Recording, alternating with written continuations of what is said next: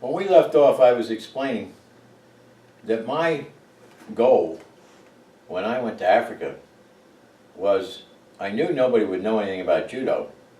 And I had watched the movie Cool Runnings, and I knew darn right well I could pull it off, get a judo team going and get them into the Olympics. But I also knew if they couldn't qualify, I had to fight.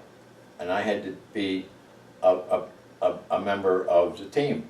I actually applied for permanent residence as soon as I got to Africa, and I eventually had a permanent, I'm still a permanent resident there, just in preparation for it. But anyway, I finally got a group together, and we went down to South Africa to fight in the, what's on the wall over there, the African Games. And if you saw the movie The Karate Kid, you would have seen me. I had 11 members of my team. I had to give out 11 black belts instead of one like the coach in the Karate Kid. I had to give out 11 black belts. We didn't have uniforms. I had the only gi. I had to put my leg through the sleeves to stretch them big enough to get the heavyweights into it. And it was a riot. I don't even know if I covered that in this book, but I'm just telling you as an introduction. Look out for a Karate Kid.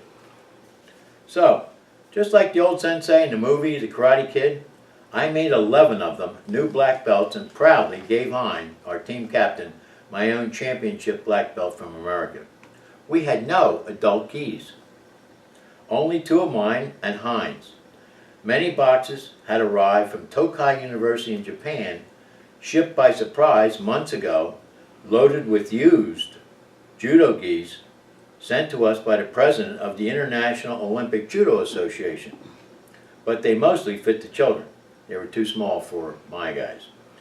Africans are much bigger, but it was a clear sign that we were accepted and that international judo was on our side and desperately wanted Namibia in the bank as the 123rd, or excuse me, the 163rd Olympic national team when the Olympic Committee met in France in 1996. Hein was Namibia's sole delegate going to France. I cannot emphasize the toughness of Hein. Fierce is a close word. Absolutely nothing ever bothered him. He scared everyone else in his presence. He actually was what I always wanted to be, fiercely independent. If I can be frank about it, he was my actual hero. Tough is what you learn to be when you have no one in your life to depend on for intimacy from earliest infancy. Therefore, I learned to become independent. Hell, any sissy can be dependent. It takes real guts to go it alone. Strange attitude for a person who loves people so much, huh? Who's the So who's the whispered a beautiful blonde South African lady judo delegate as Hein in the registration line. Means the old man who looks like your uncle. We had to register our gis, make weight, and show our certificates of international compliance and competence, and lots of other details. We were not one single bit prepared for this international judo tournament. Finally, a friendly face. The coach from the South African police was watching us practice in the stadium, and he sided up to me and he said, "Sensei, you're going to get your ass kicked real bad down here." I replied, "I know, that's exactly why we came," and winked. Smiling, he got it. "Why don't you and your team from Namibia come train with our South African police team in our dojo for the week leading up to the contest?" he offered. Hein was ecstatic.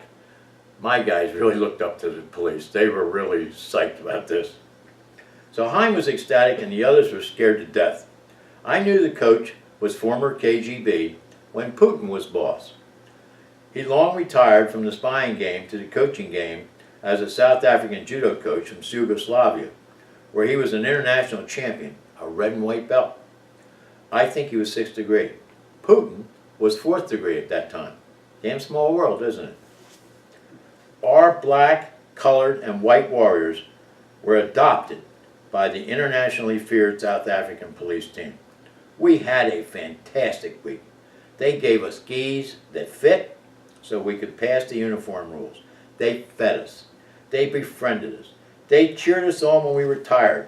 And in all ways, we bonded as true warriors with our new brand of inexperienced, scared out of their wits Namibian team. The night of the All-African International flag opening ceremony, I cried with pride in the stands watching as two black and white, one black, one white, co-captains carried the Namibian flag in its first international All-African Judo tournament. It was the fulfillment of my lifelong dream. The contestants all lined up for the first match. My Namibian judoka threw up right on the mat. And that was the beginning of Namibia's international Olympic judo glory. The News Journal paper's headline back home in Wilmington, Delaware, is my favorite of all headlines. Now, I think I have it here on the wall someplace. I think I have it on that picture right over there. I do. It said, Namibia loses matches but gains hearts. I did my job. I was complete. I could dance on a cloud. I was so happy. And now we'll begin with chapter 44.